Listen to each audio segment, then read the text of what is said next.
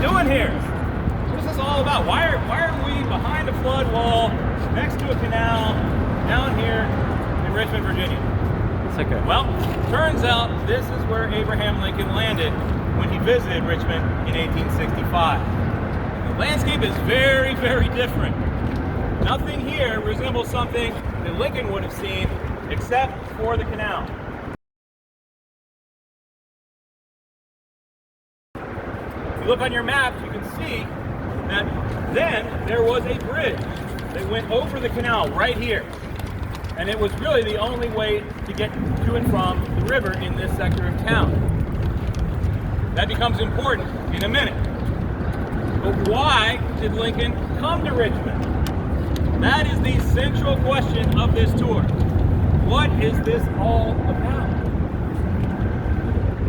I'm going to tell you right now. I'm going to go right to the ending. Break all the rules. I don't know. I don't know. There are a lot of things that are suggestive of what he was feeling. There are a lot of things that we can see that he did that might indicate what he really wanted to do here in Richmond. But I think that's also why this has fallen into a historical pit. It's because there is no clear meaning. And I'm here to tell you, as an historian, whenever you have an absence of information, oh my God, people pour in all kinds of,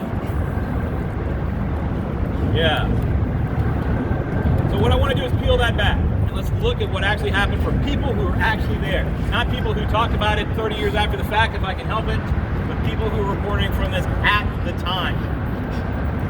It's also worth noting, as a historian, I feel this very keenly, and this is going to come up multiple times. I am not history's garbage man. If they use language that makes you uncomfortable, I'm going to use it. I am not going to clean them up.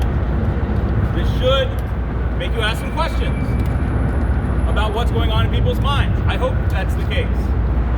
But I'm not here to sanitize them. I'm not here to make it clean. History is not clean. If you're looking for cleanliness, it ain't history. Right? So what's going on? Well, this all starts right here at a place called City Point. Has anybody been there as part of the Petersburg battlefield? It's awesome. This was the main supply base for the entire Union Army during the Petersburg siege. Think of it like the Normandy beachhead. Everything is coming in through there. Every bit of supply, every horse, every wagon, everything. And that, of course, is where Ulysses S. Grant has his headquarters.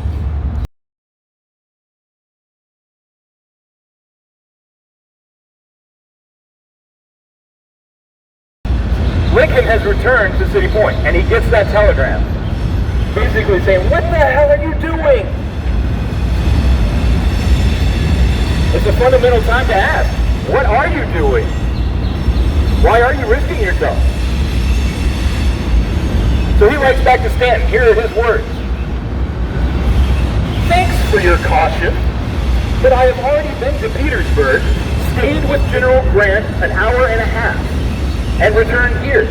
It is certain now that Richmond is in our hands, and I think I will go there tomorrow.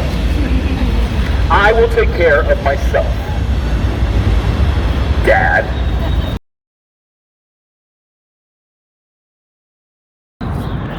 So I'm not going to drive the steamboat over those mines with the president on board. So I got it. We're going to put the president in a rowboat, and we're going to tow that rowboat behind the steam launch. Yeah. That's the Admiral's big idea. And so they do. That steam launch can get past the instructions. They do. Chug it, all the way up to James. Quarters got to be just like, this is absurd, but okay, we're gonna get there. All right, fine. Until they get to about right here, the place called Tree Hill. There was a bridge that the Confederates had built across the river. I swear to God, this is all true. Coming up overland to capture Richmond on April 3rd was the other admiral of the Navy. Does anybody know his name? Damn the torpedoes, full speed ahead, Admiral. Very good. That's right. Yeah. Well, he had come in on a horse. Nicely done. He had come in on a horse and noticed all these Confederate vessels down at Rocket's Landing and captured one of them and was going to drive it down the James, flags flying, look at the Navy, and present it to Abraham Lincoln down at City Point. Look, I have captured this vessel in your name. Except they didn't count for that bridge. So he had wound up pinned against the pilings of that bridge. The Admiral of the Navy. Anybody been in the Navy? Knows what happens when you ground a vessel? You're out. You're in a rowboat. The dock is about 6 feet above the river level. You're not getting off there. And so as you can see in your map, Porter and his sailors row all the way up, as Porter said, until we got amongst the rocks in the river. Where are the rocks in the river? Anybody know? The river there, by the Mayo Bridge. So Lincoln is in a rowboat trying to find some place to land, rowing all the way probably up the Mayo Bridge. Seriously. At that point, the rowboat runs aground itself. So now Porter's done it twice. Lincoln cracks a joke that the Navy is going to need the help of the Army to build a cofferdam to get them off these sandbars, which Porter did not like very much. That's not the joke you want to crack to an admiral on this particular day.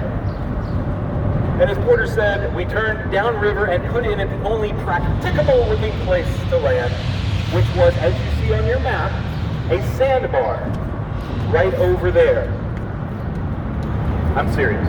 It's now where the waste treatment plant is today. That's not, it just happened to be, okay? Don't go crazy about that. So Lincoln is landing right over here. So I've got him up the river, I've got him into Richmond. Porter is probably now in a very uncomfortable position. It's like, great, I got the president to Richmond, but there's nobody here. And now I got to provide security for the president.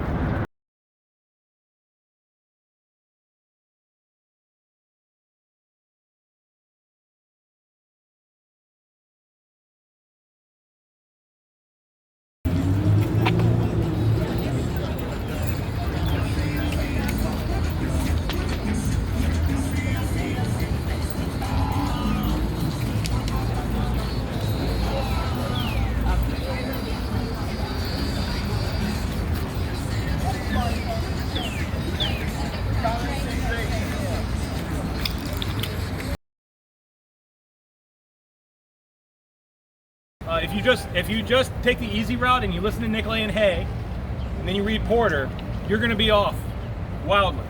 Okay, they don't know the city. Coffin is here, and he's saying where they went, and it's really cool because, well, I just like showing this off.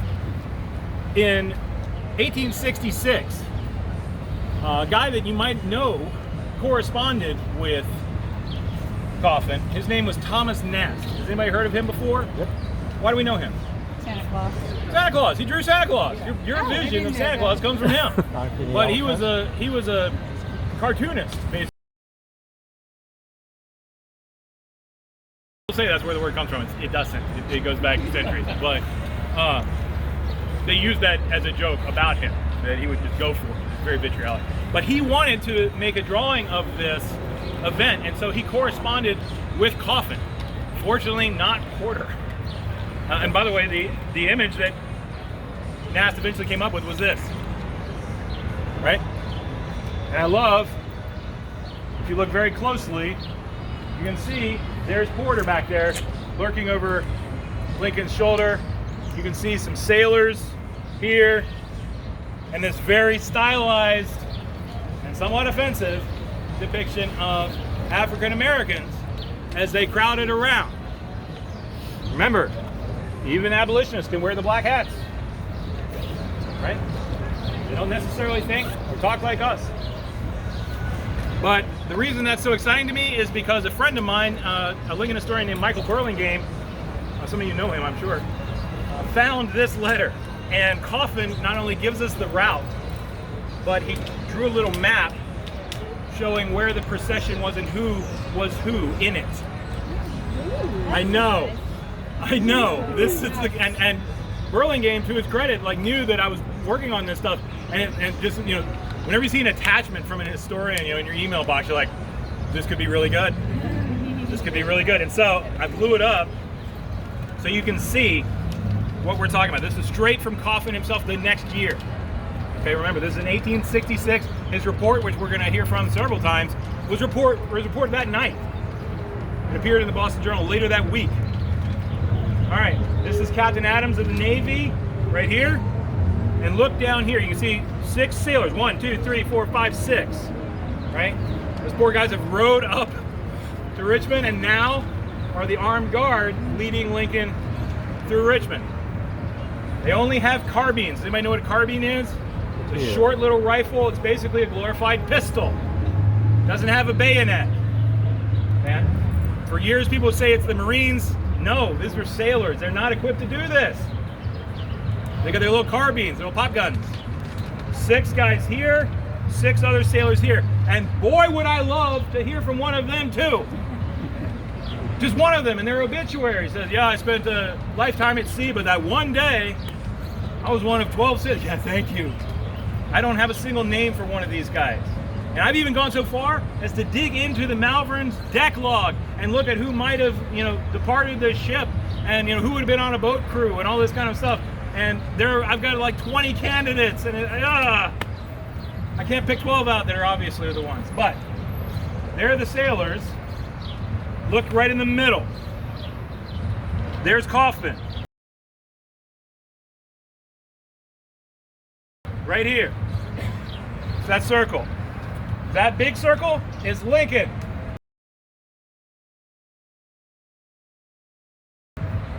That little circle is Tad. And Coffin tells us he stood there, often having to help Tad through the crowd. And then next to Lincoln, Admiral Porter. So, I've got lots of sources from Admiral Porter, and I've got great sources from Coffin. I don't have any sources from Lincoln for obvious reasons, nor do I have any sources from Tad, because sadly he died 6 years later, barely achieving the age of 18. The Lincoln family is full of tragedy. Back here it says junior officers. Well, it took me some time to figure out who they were. They're both telegraph operators of the U.S. Army. One named Clemens and one named Penrose. And I've found letters from them too. One of them wrote his father that night saying, you won't even believe this.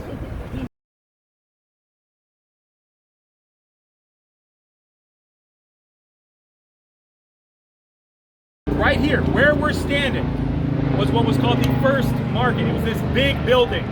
Went from Main Street all the way up past us, right to there. Big long building, lots of market stalls, so all around us would be people selling whatever they had. Vegetables, meat.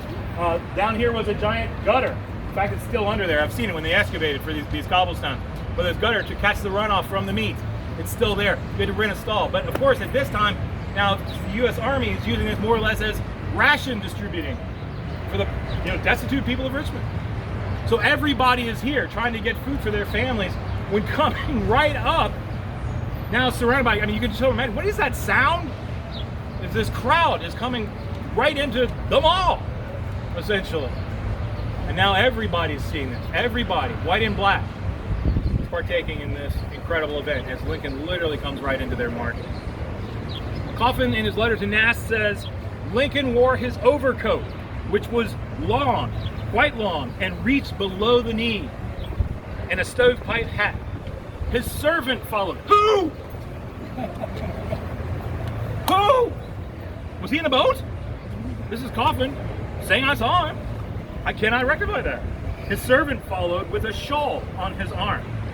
Those, I believe, are the persons in this party, which he's referring to that map. I see that you have, he's talking about this art here, this one. Okay. He says to Nast, I see that you have made a woman kissing his hand. I did not see that, although it might have taken place.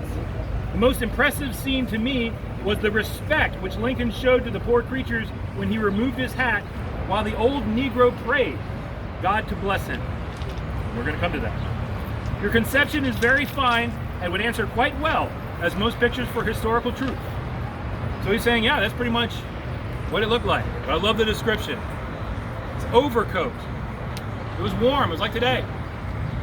This would not have been easy, but he's never given up that Lincoln look, is he?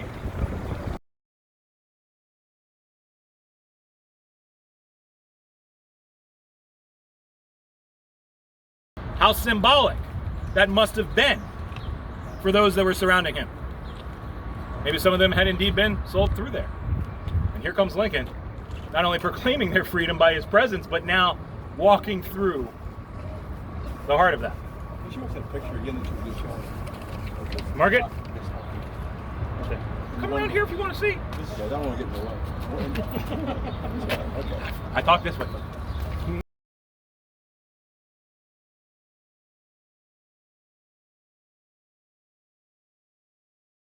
Had been, you'll see on your left the reconciliation statue, which was placed to commemorate all of that. Okay, that is all that's left. There are no structures of that remaining. But in your mind, I need you to put this back. You can see on your map how dense this was with buildings of that sort.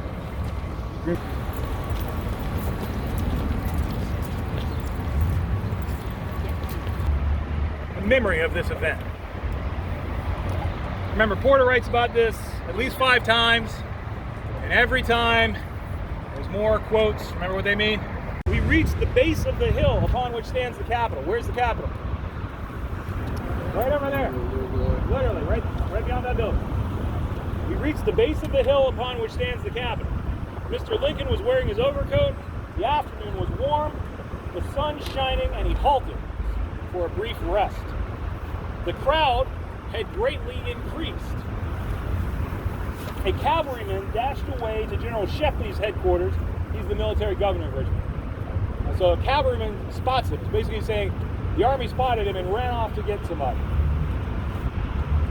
While thus halting, an aged Negro, wearing a few rags, barefooted, without a coat, his tattered garments made from gunny cloth, whose white crisp hair appeared through his crownless straw hat, from which he lifted from his head and half kneeling,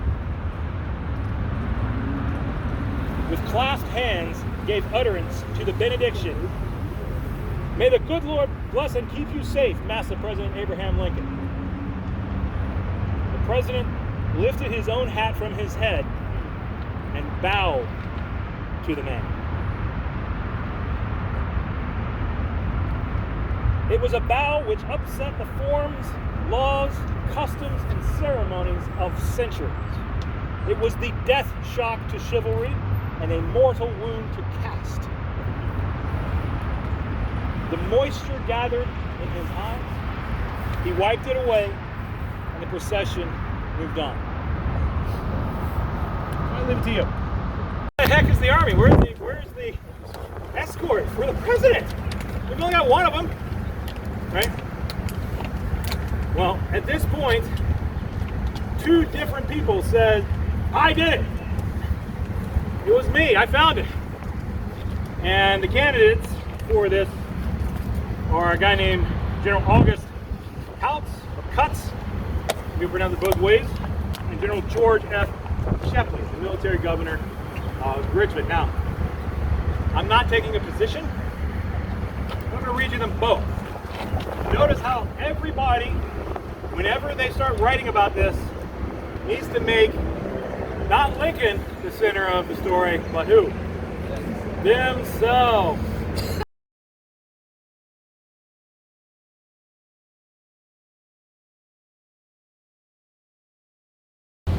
Was it worth all the mines? Was it worth the risk? Pushing through the crowd? It's your call. But now, under military escort, Lincoln comes right up to here and walks up the stairs behind me into what had been what they did not call the White House of the Confederacy. That's a 20th century thing. Davis residence. Jefferson Davis and his family lived here during the Civil War. It was where literally lived, his children. Marina Davis was in a state of perpetual pregnancy, so it was absolutely filled with children.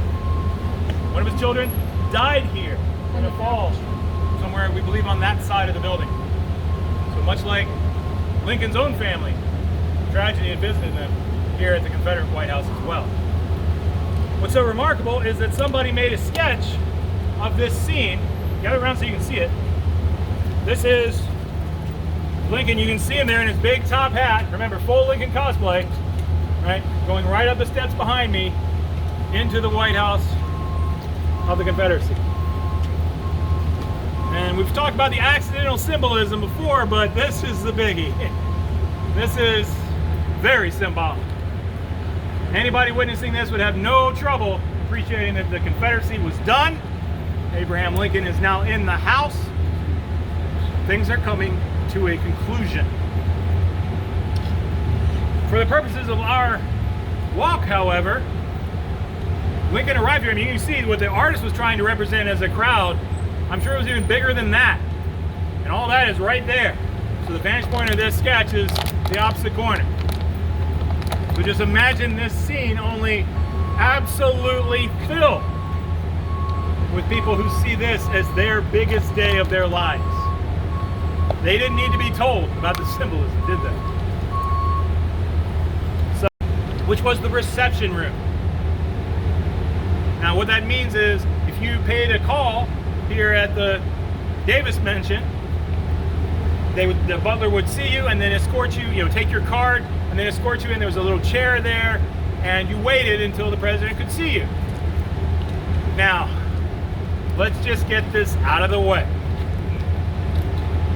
For some reason, and yes, Porter is involved in this, people are obsessed with Lincoln being in Jefferson Davis's chair. Why? It's a chair.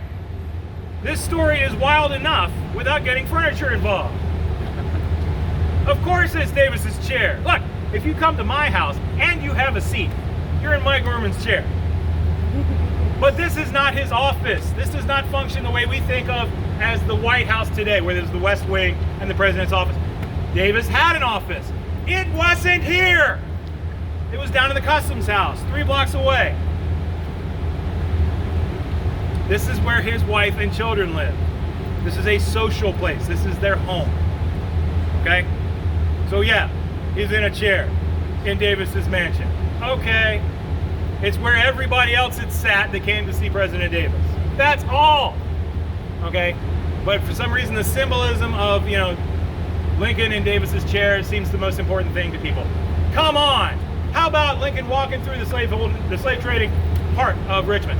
How about Lincoln walking past where the Constitution was ratified? I mean, come on, pick your spot, but get the chair out of it. Who cares? Not me. But Porter, you can imagine his relief at this point. The Army has finally taken over. It's off his shoulders. Up to that point down there, if something happened to Lincoln, who's at fault? Porter. But now, thank you. Thank you. And it seems like he spends a little time in the White House and then goes back to his ship. So at this point, nobody else mentions him except, of course, Porter.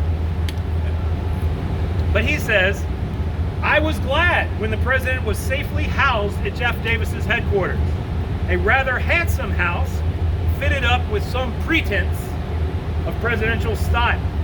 There, surrounded by the Army, I felt that he was secure.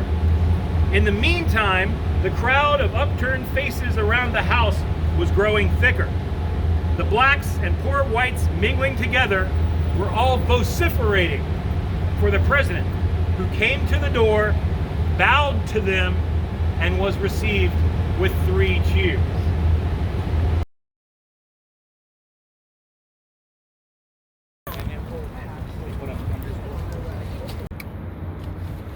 Over to this side of Gray Street, you just see it behind these trees here, the steeple of St. Paul's Church. That is very much an historic church. You can see it in this photograph right there, looking out those gates.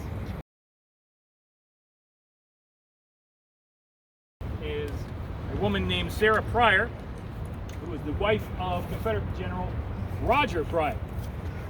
I had a good look at Mr. Lincoln. He seemed tired and old.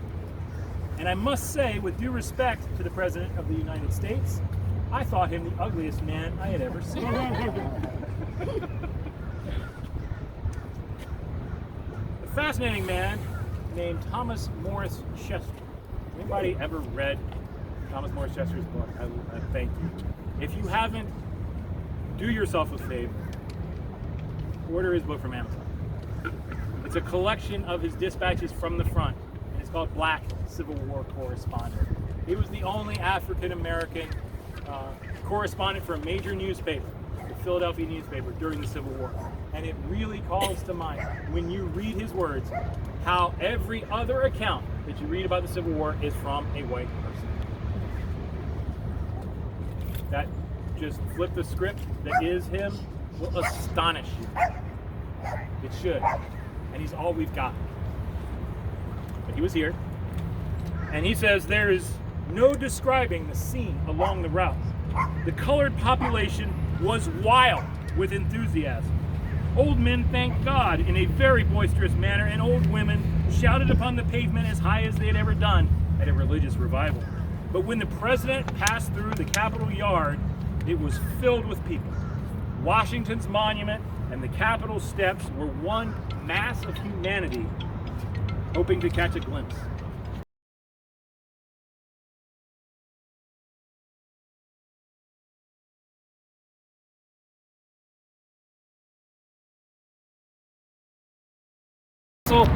That he visited the Libby prison that is shown on your map.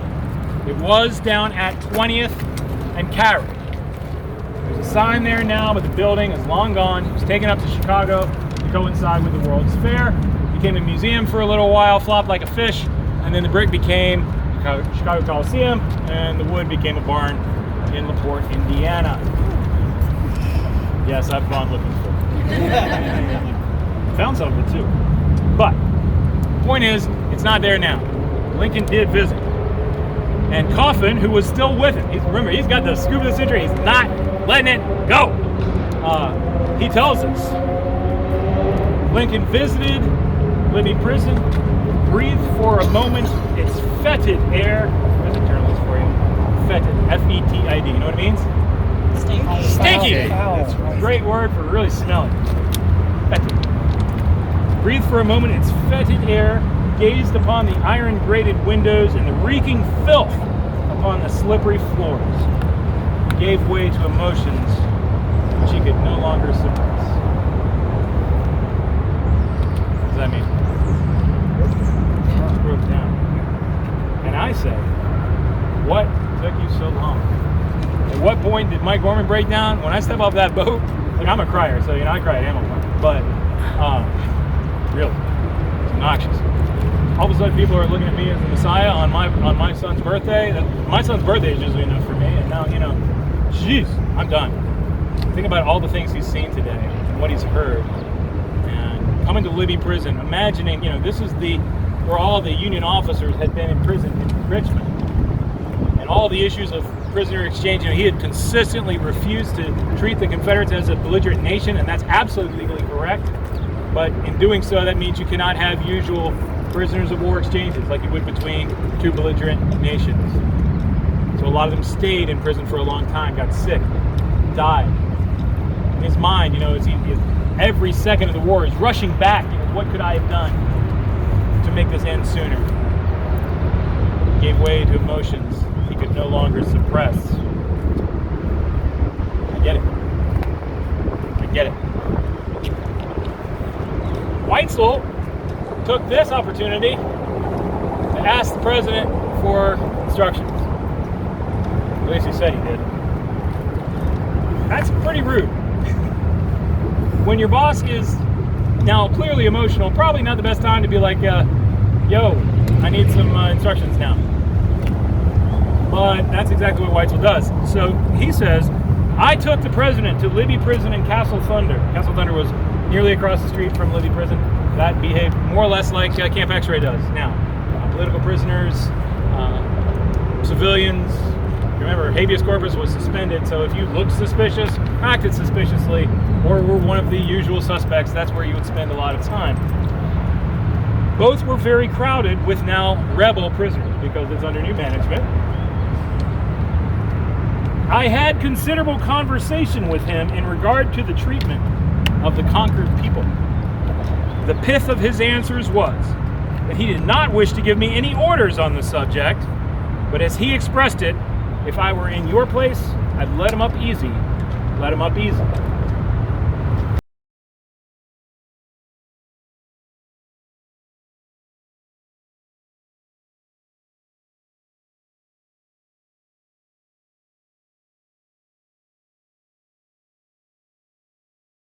Thank you for watching our video.